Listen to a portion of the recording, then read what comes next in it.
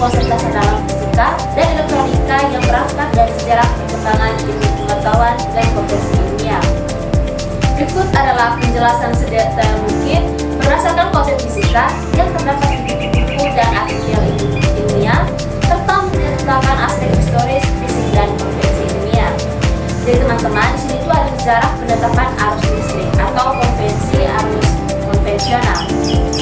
Sebelum elektron ditemukan, para ilmuwan abad ke-18 seperti Benjamin Franklin telah mengamati bahwa suatu bentuk cairan listrik itu berbeda dari satu benda ke benda lain. Karena mereka belum mengetahui bahwa elektron bermuatan negatif, Franklin menetapkan bahwa arus listrik itu mengalir dari titik positif ke titik negatif. Ini tuh bisa disebut arus konvensional atau konvensional current, dan konvensi ini telah digunakan secara luas sejak saat itu. Teman-teman, adapun pada akhir abad ke-19, elektron ditemukan oleh J. Thomson pada tahun 1897. Diketahui bahwa elektron adalah partikel bermuatan negatif yang dalam konduktor logam atau seperti kawat tembaga. Elektron bergerak dari potensial rendah ke potensial tinggi, yaitu dari kutub negatif ke kutub positif. Namun, karena konvensi arah arus listrik dari positif ke negatif sudah ditetapkan sebelum elektron ditemukan, maka konvensi itu tidak diubah. Meskipun secara fisik partikel bermuatan negatif atau elektron itu bergerak ke arah berlawanan. Arus konvensional atau arah aliran muatan positif dari kutub positif ke kutub negatif. Adapun arus elektron, di mana arah sebenarnya dari pergerakan elektron dari kutub negatif ke kutub positif. Dalam penghantar logam, muatan yang bergerak adalah elektron bebas. Elektron membawa muatan negatif, sehingga saat mereka bergerak dari negatif ke positif, arus secara konvensional dianggap mengalir dari positif ke negatif. Keseragaman konvensional arah arus dari positif ke negatif sudah digunakan selama ratusan tahun dan dalam konteks berrangkaian dan rumus-rumus teknik. Netral secara matematis, banyak hukum kelistrikan atau yang seperti hukum Ohm, hukum Kirchhoff tetap berlaku, baik menggunakan arus konvensional maupun arah gerak elektron, asalkan digunakan secara konsisten. Tidak mengubah hasil praktik, jadi dalam praktiknya, baik insinyur maupun ilmuwan hanya perlu tahu arah aliran arus secara konvensional, bukan arah elektron sesungguhnya untuk membuat rangkaian bekerja. Jadi, analogi untuk memahami ini, coba teman-teman bayangkan air dalam kita, di mana jika air mengalir dari kiri ke kanan, kita bisa katakan bahwa arus air mengalir dari kiri ke kanan. Sekarang, jika kita temukan bahwa sebenarnya molekul air itu bermuatan negatif dan mereka itu bergerak dari kanan ke kiri, maka arah aliran aktual molekul air berlawanan dengan arus air yang ditentukan. Inilah yang terjadi pada listrik. Arus listrik secara konvensional ditentukan seolah-olah yang bergerak adalah muatan positif, padahal yang bergerak sebenarnya adalah muatan negatif. Oke teman-teman, mungkin ini sedikit penjelasan mengenai arah elektron tadi ya. Mungkin dari teman-teman ingin bertanya, maka waktu diskusi saya buka. Silakan Kak Pia bertanya. Di sini saya bertanya, mengapa tidak diubah saja arah arusnya setelah ditemukan bahwa yang bergerak adalah elektron? Terima kasih untuk pertanyaan dari Kak Pia. Mungkin dari teman-teman yang lain bisa menjawab pertanyaan dari Kak Pia. Yang tadi kan Kak Pia bertanya mengapa tidak diubah saja arah arusnya setelah ditemukan bahwa yang bergerak itu adalah elektron. Itu karena arah arus konvensional itu sudah ditetapkan sebelum diketahui bahwa elektron yang bergerak.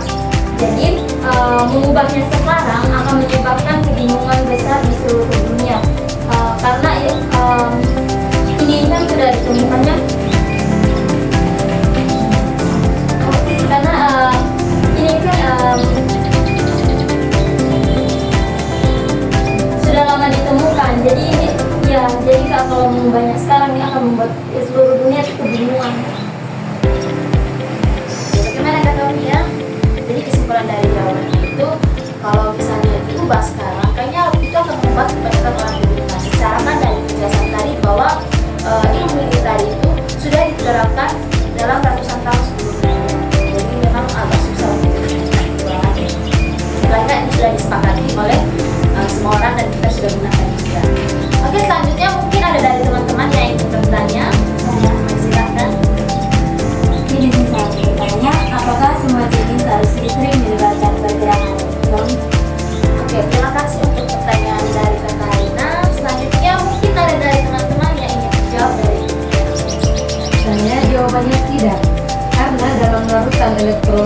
plasma yang bergerak bisa ion positif dan negatif, bukan hanya elektron saja.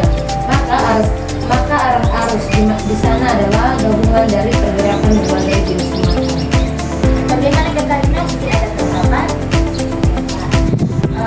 Dari teman-teman yang lain mungkin ada yang masih keliru atau masih bingung. Silakan tanyakan tentang sama. Oke, di sini saya mau bertanya tentang mengapa arah arus berpengaruh terhadap fungsi suatu alat listrik seperti pada lampu dan pada resistor. Oke, terima kasih untuk pertanyaan dari teman-teman saya. Ada yang ingin menjawab pertanyaan tersebut? Silakan Kak James. Untuk komponen pasif seperti resistor, lampu hijau dan kawat, arah arus tidak mempengaruhi fungsinya. Tapi untuk komponen aktif seperti dioda dan transistor, arah arus sangat penting. Maka pemahaman arah arus dan arah elektron menjadi krusial dalam elektronika. Bagaimana Kakak Dewi? Ada tanggapan? Oke. Mungkin ada pertanyaan lagi? Oke, silakan Kak. Baik, di sini saya akan bertanya, apakah hukum-hukum listrik tetap berlaku meskipun arah arus dan arah elektron berlawanan?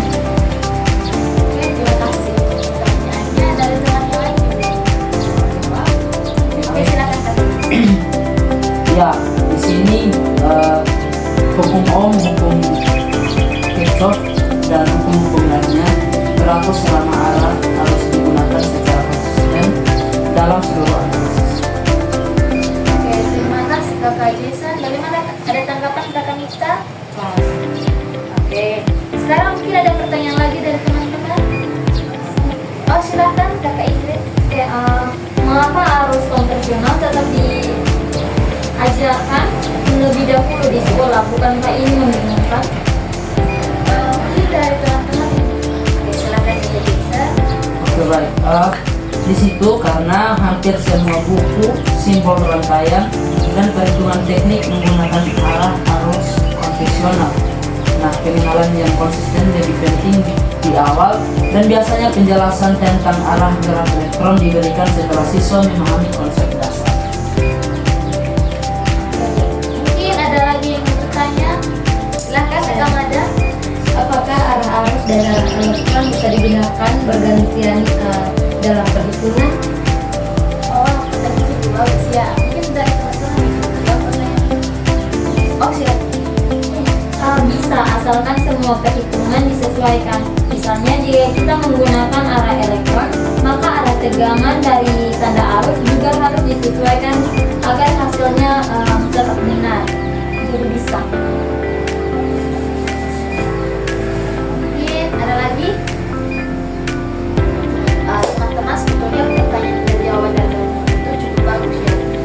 Oke teman-teman, jadi pertanyaan dan jawaban dari teman-teman itu cukup bagus ya, sehingga topik yang kita bahas hari ini itu terpenuhi, semuanya sudah dibahas, dan tentunya itu menambah pengetahuan kita tentang mengapa arus dari elektron itu dapat bergerak ke berlawanan arah dengan elektronnya kan. Mungkin dari satu dari teman-teman ada yang ingin membuat kesimpulan mengenai materi hari ini.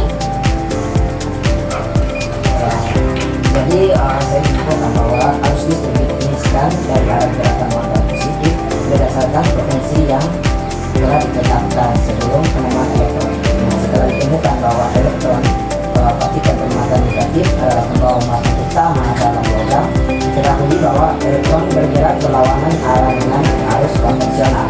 Nah, namun konvensi tersebut tetap dipertahankan karena sudah sangat mengakar dan tidak mempengaruhi keakuratan fisika asalkan digunakan secara konsisten.